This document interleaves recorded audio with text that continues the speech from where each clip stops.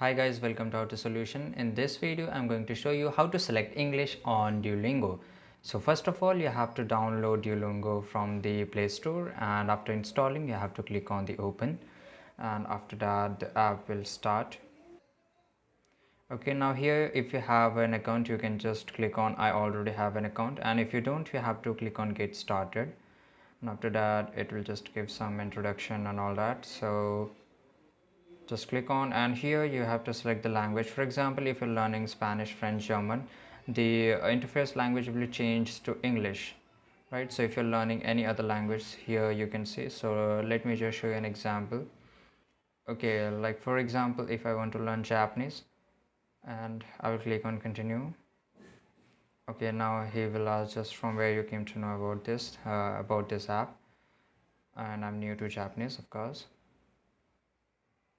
And okay, and you have to select some options according to you, and you have to just click on continue. And okay, now you can see that interface has been changed in English, as you can already guess it out, right? So this is it, guys. This is it, how you can set English language on Duolingo.